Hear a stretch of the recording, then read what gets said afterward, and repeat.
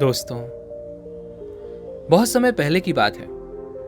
एक नगर का राजा अपनी काम वासना की आदत से बहुत परेशान हो चुका था, जिस कारण वो बहुत परेशान रहता, बहुत चिंतित रहता। उसे अपनी युवावस्था के वह दिन याद आ रहे थे जब उसे काम वासना के बारे में कुछ भी नहीं पता था। वह हमेशा मस्ती में रहता और अपने जीवन को भरपूर तौर पर जी रहा था। जब उसे स्त्रियों के आकर्षण के बारे में कुछ भी ज्ञान नहीं था, उस समय को याद करके वह राजा बहुत दुखी हो गया था।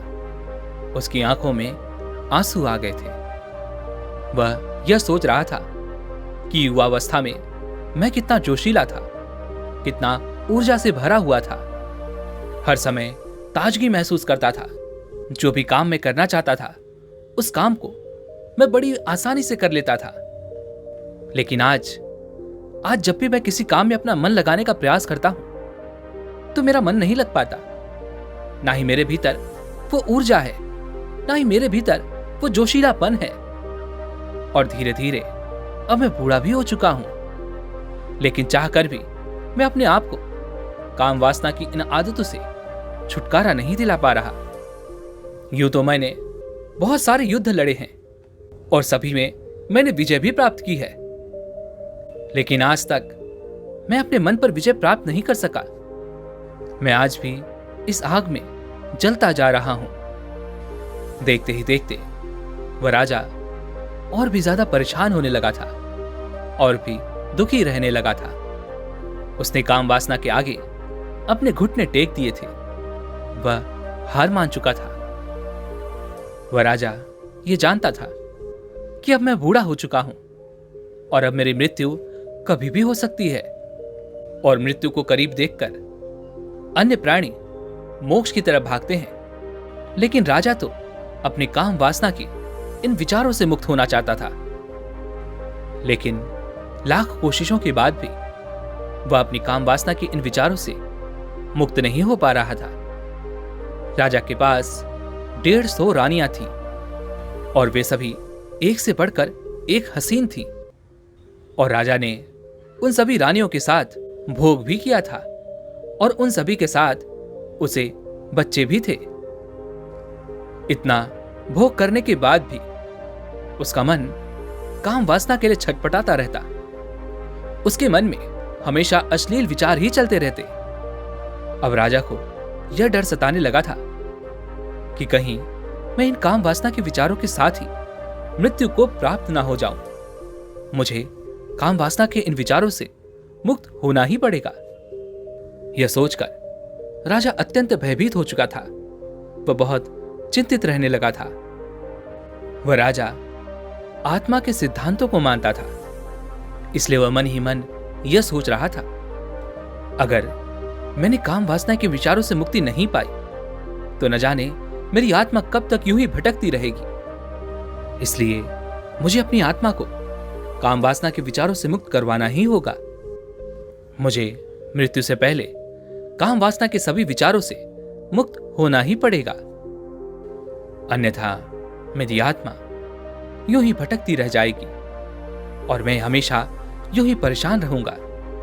इसी कारणवश वह राजा पहले से बहुत ज्यादा दुखी रहने लगा था। उसके मन में केवल एक ही प्रश्न था, आखिर मैं काम वासना के इन विचारों से कैसे मुक्त हो सकता हूं? मैं इनसे कैसे छुटकारा पा सकता हूं? एक दिन रात्रि के वक्त वह राजन अपने कमरे में टहल रहे थे।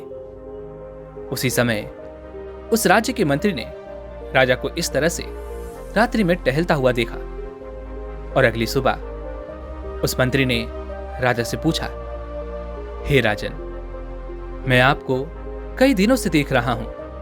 आप बहुत ही चिंतित लग रहे हैं, बहुत परेशान लग रहे हैं। आखिर आपके इन दुखों का क्या कारण है? राजा ने पहले तो मंत्री को ये सारी बातें बताने से इनकार कर दिया, लेकिन जब मंत्री ने और अधिक जोर दिया, तब राजा ने मंत्री को वो सारी बातें बता दी। इस पर मंत्री राजा से कहता है, हे राजन, इसमें इतना चिंता करने वाली बात क्या है? हमारे राज्य में एक से बढ़कर एक विद्वान है जो आपके इन प्रश्नों का सटीक उत्तर दे सकते हैं, और उसके बाद आप अपने मन के इन काम वासना के विचारों से मुक्त हो सकते हैं। यदि आपकी आज्ञा हो तो मैं उन सभी विद्वानों को एक सभा में बुलाता हूं और आप वहां पर अपने मन के विचार रख देना। आप उनसे जो चाहे वो प्रश्न कीजिए, आपको आपके प्रश्नों का उत्तर मिल जाएगा। राजा ने हां में सर हिलाते हुए मंत्री को आज्ञा दे दी। अगले ही दिन मंत्री ने पूरे राज्य में घोषणा करवा दी कि जो भी विद्वान राजा के प्रश्नों का सही सही उत्तर उन्हें दे पाएगा, जो भी राजा के मन को संतुष्ट कर पाएगा, उसे आजीवन राजा का सलाहकार बना दिया जाएगा। इस घोषणा के बाद उस राज्य के हर विद्वानों की होड़ लग गई। नगर के सभी विद्वान निश्चित दिन पर राजमहल की ओर आगे बढ़ने लगे। किसी के हाथों में वेद पुराण थे तो किसी के हाथों में उपनिषद। वे सभी विद्वान अपने आप को सर्वश्रेष्ठ साबित करना चाहते थे और वे चाहते थे कि राजा के मन को संतुष्ट कर पाएं। इसलिए वे सभी वेदों और उपनिषदों का सहारा ले रहे थे। जैसे ही वो सारे विद्वान राजमहल में पहुंचे तो वहां पर तर्क वितर्क शुरू किया गया। सबसे पहले राजा ने अपने मन का पहला सवाल करते हुए कहा, ब्रह्मचर्य का असली मतलब क्या होता है? यह सुन कुछ विद्वान बड़े प्रसन्न हुए। उन्हें लगा ये तो बड़ा ही आसान जवाब है। एक विद्वान ने इसका जवाब देते हुए राजा से कहा, हे राजन, जिस किसी व्यक्ति ने अपने जीवन काल में कभी भी भोग नहीं किया होता वह असली ब्रह्मचारी होता है। तभी दूसरे विद्वान ने उसकी बात को काटते हुए कहा, हो सकता है किसी इंसान ने पहले भोग किया हो, लेकिन वर्तमान में अगर वह भोग का त्याग कर देता है या त्याग कर चुका है तो वह ब्रह्मचारी ही कहलाता है, और वास्तविकता में वही ब्रह्मचारी है जो भोग करने के बाद उसका त्याग कर दे, उससे मुक्ति पा ले। उन दोनों नौजवानों के जवाब से वहां पर उपस्थित अधिकांश विद्वान संतुष्ट थे, लेकिन राजा को अब भी अपने प्रश्नों का सही उत्तर नहीं मिल पाया था। वह राजा के मन को अभी तक संतुष्ट नहीं कर पाए थे। वे लोग आपस में तर्क वितर्क कर ही रहे थे कि तभी एक विद्वान ने राजा से कहा, हे राजन, मैं कुछ कहना चाहता हूं। तभी वहां पर उपस्थित अन्य विद्वानों ने उस विद्वान की खिल्ली उड़ाई। वे कहने लगे, आप क्या कहेंगे महाशय? आप तो पहले से ही भोग विलास में डूबे हुए हैं। आप तो पहले ही एक सुंदर युवती के साथ यहां पर आए हुए हैं, और जो पहले से ही भोग में डूबा हुआ है वो भला दूसरे के मन को शांति अर्थात ब्रह्मचर्य के बारे में क्या जानता होगा? वह भला दूसरों को काम वासना से कैसे मुक्ति दिला सकता है? आप रहने दीजिए, आप हमें बेवकूफ मत समझिए, हम सभी अंधे नहीं हैं। इस पर वह विद्वान हल्की सी मुस्कान के साथ कहता है, किंतु आपको ऐसा क्यों लगता है कि मैं काम वासना से ग्रस्त हूं? इस पर वह विद्वान जवाब देते हुए कहता है, क्या आपने हमें अंधा समझ रखा है? क्या हम सभी देख नहीं सकते कि आपके साथ एक सुंदर युवती भी आई हुई है? और इसका क्या अर्थ है? क्या हम ये सब नहीं जानते? तुम खुद ही काम वासना से ग्रस्त हो, और तुम भला किसी और को काम वासना से भला कैसे छुटकारा दिला सकते हो? इस पर वह अनोखा विद्वान उस दूसरे विद्वान के इस प्रश्न का जवाब देते हुए कहता है, महाशय, जिसे आप एक सुंदर युवती कह रहे हैं वह मेरी बहन है, और वह भी मेरी तरह ही काम वासना की गहरी समझ रखती है। आगे वह विद्वान राजा से कहता है, हे राजन, असली ब्रह्मचर्य होने का अर्थ है ऐसा इंसान जिसकी नजरें पूरी तरह से बदल चुकी हों, जो अपनी नजरों से भी पूर्ण रूप से ब्रह्मचारी हो जाता है। ऐसे व्यक्ति के लिए किसी भी व्यक्ति का शरीर केवल एक इंसान का शरीर ही होता है, फिर चाहे वो कोई पुरुष हो या फिर महिला। जब कोई व्यक्ति अपनी नजरों से भी ब्रह्मचारी हो जाता है तो फिर उसके भीतर किसी भी महिला को देखकर काम वासना के विचार उठना तो दूर, वह उससे कोसों दूर होते हैं, क्योंकि उसे उस महिला का शरीर भी केवल एक इंसान का शरीर ही नजर आता है। उस ब्रह्मचारी के लिए हर एक जीवात्मा एक ही प्रकार की होती है और ऐसा व्यक्ति शारीरिक रूप से कभी भी किसी महिला या पुरुष में कोई भेद नहीं करता। आगे वह विद्वान राजा से कहता है, हे राजन, यहां पर जो भी विद्वान आज उपस्थित हैं, उन सभी को मेरे साथ यह युवती नजर आ रही है और इससे यह स्पष्ट है कि कोई भी यहां वास्तविक ब्रह्मचर्य का अर्थ नहीं जानता। राजा ने उस विद्वान की सारी बातें ध्यानपूर्वक सुनी और वह सारी बातें राजा के मन को शांत कर रही थी। राजा उस विद्वान की सभी बातों से पूरी तरह से संतुष्ट था। राजा मन ही मन यह सोच रहा था कि यह विद्वान बहुत ही अनोखा लग रहा है। इसने ना तो कोई वेद पुराणों की बात बताई और ना ही कोई ज्ञान दिया, बल्कि ये जो भी बातें कर रहा है यह तो पूरी तरह से स्वाभाविक है। राजा बड़ा प्रसन्न था। राजा ने उस विद्वान से अगला प्रश्न पूछा और कहा, हे विद्वान, अगर ऐसी बात है तो मुझे यह बताओ कि एक इंसान को ब्रह्मचर्य का पालन आखिर क्यों करना चाहिए, जब वह भोग करके जीवन का आनंद उठा सकता है तो वह भला ब्रह्मचर्य का पालन क्यों करे। इस पर वह विद्वान बड़ी विनम्रता से राजा से कहता है, हे राजन, माफ कीजिएगा, लेकिन आपके प्रश्न का उत्तर मैं आपको प्रश्न से ही दूंगा। कृपया करके आप मेरे प्रश्न का उत्तर दीजिए। राजा ने कहा, कहो, क्या प्रश्न है तुम्हारा। इस पर वह विद्वान कहता है, हे राजन, एक बीज ज्यादा ताकतवर होता है या फिर एक पेड़। राजा ने उसका प्रश्न सुना और कुछ देर सोच विचार करने के बाद वह राजा उस विद्वान से कहता है, एक पेड़ आखिर एक बीज से ही पनपता है, इसलिए बीज ही ज्यादा ताकतवर है। तभी वह विद्वान उस राजा से कहता है, हे राजन, आपने बिल्कुल सत्य कहा है। ठीक उसी प्रकार हमारे शरीर में भी काम शक्ति रूपी बहुत सारे बीज होते हैं। उनमें असीम ऊर्जा होती है, उनमें असीम ताकत होती है, जो हमारे शरीर को ऊर्जावान बनाते हैं, जो हमारे भीतर आनंद का स्रोत पैदा करते हैं। लेकिन काम वासना से ग्रस्त होकर हम अपनी काम शक्ति रूपी बीजों को यूं ही व्यर्थ कर देते हैं, नष्ट कर देते हैं, उन्हें यूं ही बर्बाद करते रहते हैं। और उन बीजों के नष्ट हो जाने के कारण ही एक व्यक्ति आलस्य से भर जाता है, उसका किसी काम में मन नहीं लगता, ना ही वह किसी कार्य को पूरे मन और लगन के साथ कर पाता है। वह हमेशा थका थका महसूस करता है। और हे राजन, एक बात अवश्य ध्यान रखिएगा, जो भी भोजन हम करते हैं उससे हमारा रक्त बनता है और हमारे शरीर की मांस और हड्डियों को भी ताकत मिलती है, और आखिर में हमारे भीतर काम रूपी बीज बनते हैं जिनकी मात्रा बहुत कम होती है। इसलिए केवल अपने मन की इच्छा को पूरी करने के लिए, अपने काम वासना की इच्छा की पूर्ति के लिए उन बीजों को नष्ट करना तार्किक नहीं है।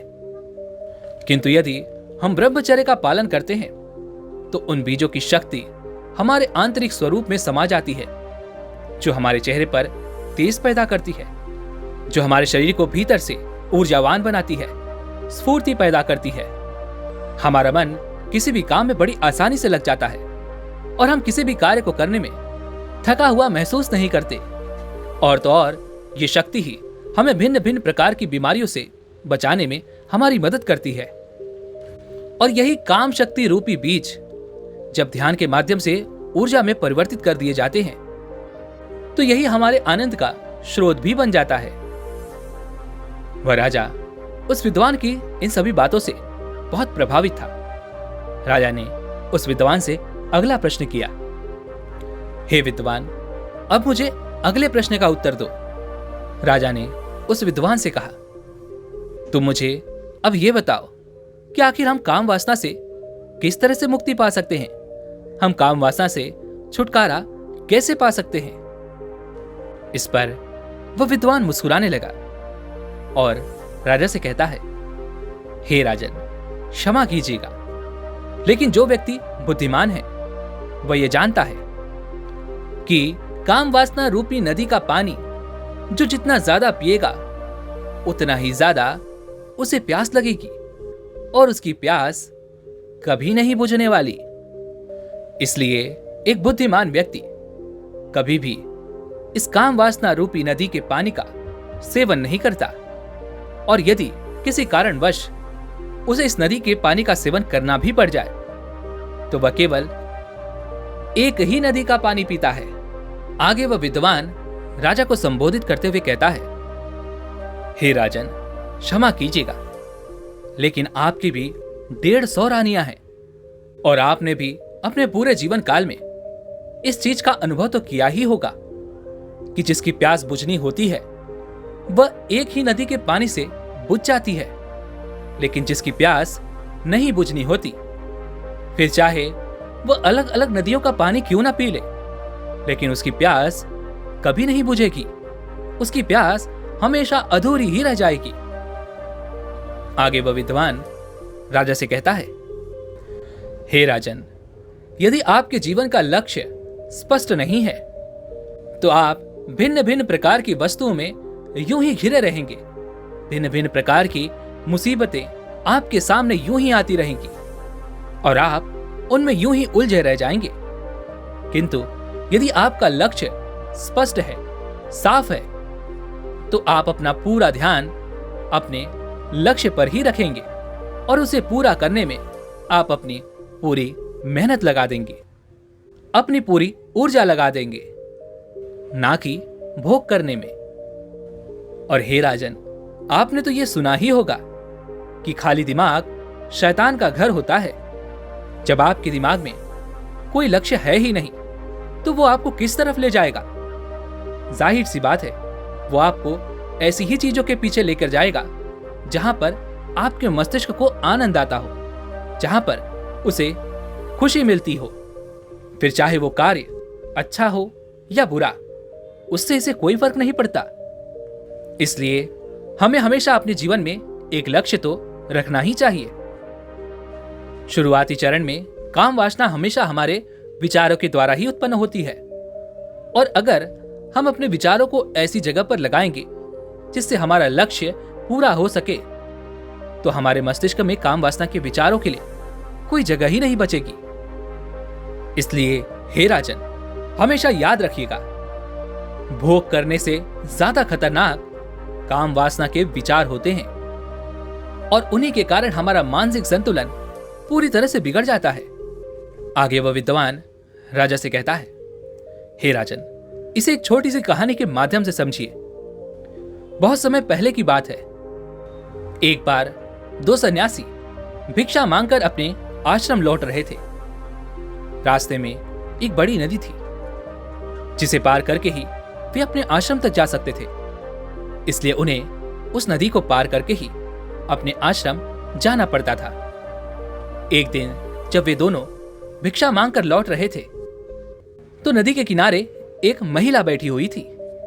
महिला ने बड़ी विनम्रता से उन दोनों सन्यासियों से कहा, क्या आप मुझे यह नदी पार करवा सकते हैं? उसमें से एक सन्यासी ने उस महिला को छूने से भी मना कर दिया।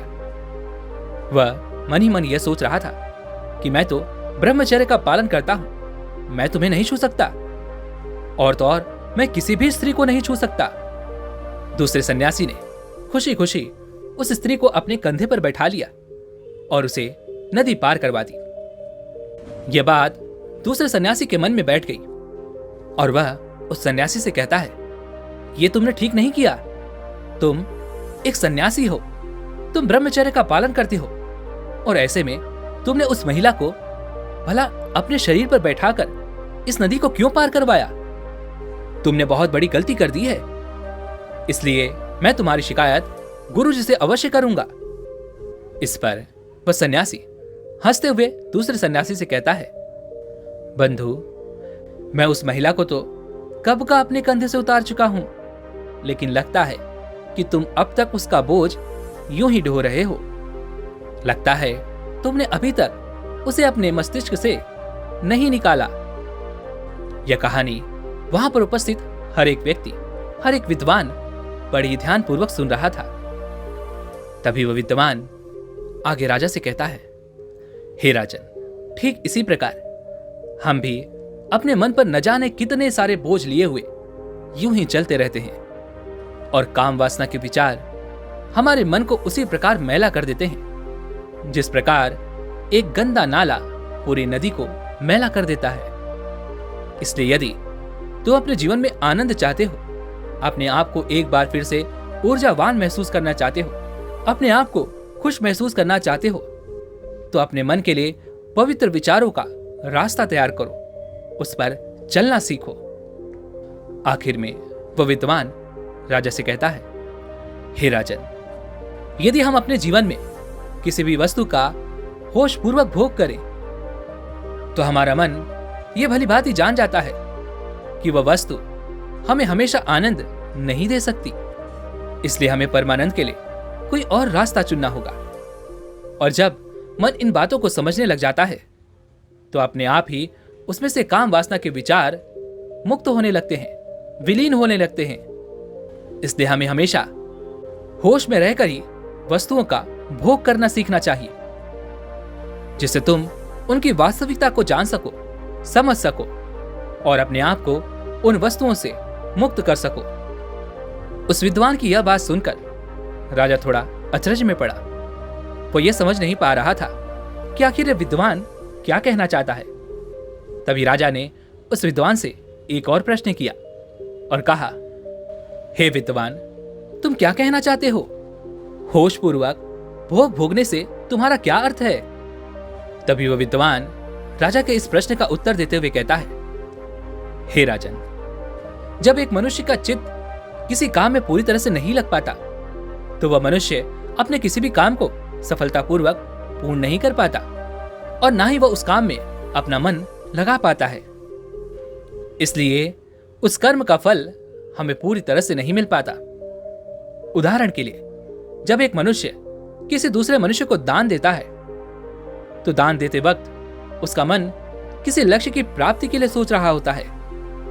ठीक उसी प्रकार जब हम प्रार्थना में ईश्वर से कुछ मांगते हैं तो वह उनके पूरे चित्त से, भाव से, भक्ति से आराधना करने की बजाय वह अपनी इच्छा प्राप्ति के लिए प्रार्थना ही कर रहा होता है। आगे वह विद्वान राजा से कहता है, हे राजन, जरा आप एक बार के लिए खुद सोचिए कि जब कोई व्यक्ति अपने किसी भी कार्य को मन लगाकर पूर्ण नहीं कर पाता, उसे सफलतापूर्वक उसके अंजाम तक नहीं पहुंचा पाता, तो उसे उसका पर्याप्त फल कैसे मिल सकता है? इसलिए हे राजन, जीवन में जो भी घटित हो रहा है उसे घटित होने दो। आखिर में यही तुम्हें अंतिम सत्य तक पहुंचा देगा। लेकिन जो कुछ भी घटित हो रहा है उसमें तुम अपना पूरा चित्त लगा दो, पूरे ध्यान से उस कार्य को करो, होश पूर्वक उस कार्य में जुट जाओ, जिससे तुम्हारा पूरा ध्यान उस कार्य पर होगा। और जब तुम्हारा पूरा ध्यान उस कार्य पर होगा तो वही काम होश पूर्वक होने लगेगा और वह कार्य सफलतापूर्वक पूर्ण भी हो जाएगा, जिससे तुम्हें बाद में कोई पछतावा भी नहीं होगा। और हमें पश्चाताप तब होता है जब हम उस कार्य में पूरी तरह से लिप्त नहीं होते, जब हम उसे होश पूर्वक की बजाय सोए सोए करते हैं, जब हम उसमें पूरी तरह से जुट नहीं पाते, तब कार्य पूर्ण होने के बाद हमें पश्चाताप होता है। ठीक उसी प्रकार जब हम सोए सोए ही सोचते रहते हैं कि हमें काम वासना से मुक्ति चाहिए, हम काम वासना के विचारों से छुटकारा पाना चाहते हैं, लेकिन उस वक्त हम ये भूल जाते हैं कि जो भी संकल्प हम ले रहे हैं, ये सारे संकल्प तो हम नींद की अवस्था में ले रहे हैं, सोते सोते ले रहे हैं। और हम सोचते हैं कि जागृत अवस्था में संकल्प लेने की हमें जरूरत ही नहीं पड़ेगी। लेकिन जरा आप एक बार खुद ये सोचिए, जब कोई व्यक्ति खुली आंखों से जागते हुए कोई मनुष्य किसी कार्य को करता है तो क्या उससे कभी कोई गलती हो सकती है? यदि वह उस कार्य में पूरी तरह से लिप्त है, उस कार्य से पूरी तरह से जुड़ा हुआ है, तो क्या वह उस कार्य में कोई भी गलती कर सकता है? इसलिए काम वासना से छुटकारा पाने की बजाय हमें यह सोचना चाहिए कि तुम होशपूर्वक उसे जागते हुए उस चीज का भोग कैसे कर सकते हो। एक बार जब तुम उसको होशपूर्वक भोग कर लेते हो तो उसके बाद तुम्हें खुद ही एहसास होगा कि भोग करने के पश्चात तुम्हारे शरीर में क्या बदलाव हो रहा है। और यदि वो बदलाव आपके अनुसार नहीं होगा, गलत लगेगा, तो आप खुद ही उसे छोड़ देंगे। आपको संकल्प लेने की कोई जरूरत ही नहीं पड़ेगी। लेकिन इस अवस्था तक पहुंचने के लिए हमें ध्यान का मार्ग अपनाना ही होगा। ध्यान करने से ही आदमी की निद्रा टूटती है और वह जागृत अवस्था में आ जाता है। और जब वह जागृत अवस्था में आता है तो उसका चित्त एक काम पर पूरी तरह से लगने लग जाता है। कौन सा कार्य सही है, कौन सा कार्य गलत है, इस बात को भलीभांति हमारा मन जानने और पहचानने लगता है। आगे वह विद्वान एक बार फिर राजा को संबोधित करते हुए कहता है, हे राजन, एक सोए हुए इंसान को तो रास्ते पर पड़ा हुआ सांप भी नहीं दिखता। उसे तो तब पता चलेगा जब वो उस पर पैर रख देगा, और उसके पश्चात उसका क्या परिणाम निकलेगा ये कोई नहीं जानता। ठीक उसी प्रकार जब हम रास्ते में चलते हैं तो हम अपने ही विचारों में मस्त रहते हैं, अपने भविष्य की योजनाओं में डूबे रहते हैं। हमारा मन हमेशा उलझा रहता है।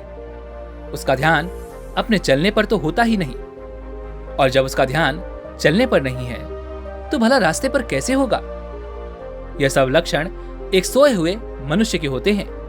और जब वह मनुष्य यह महसूस कर पाता है कि वह कितनी गहरी निद्रा में है, तो उसी समय उसके जीवन में ध्यान का उदय होता है।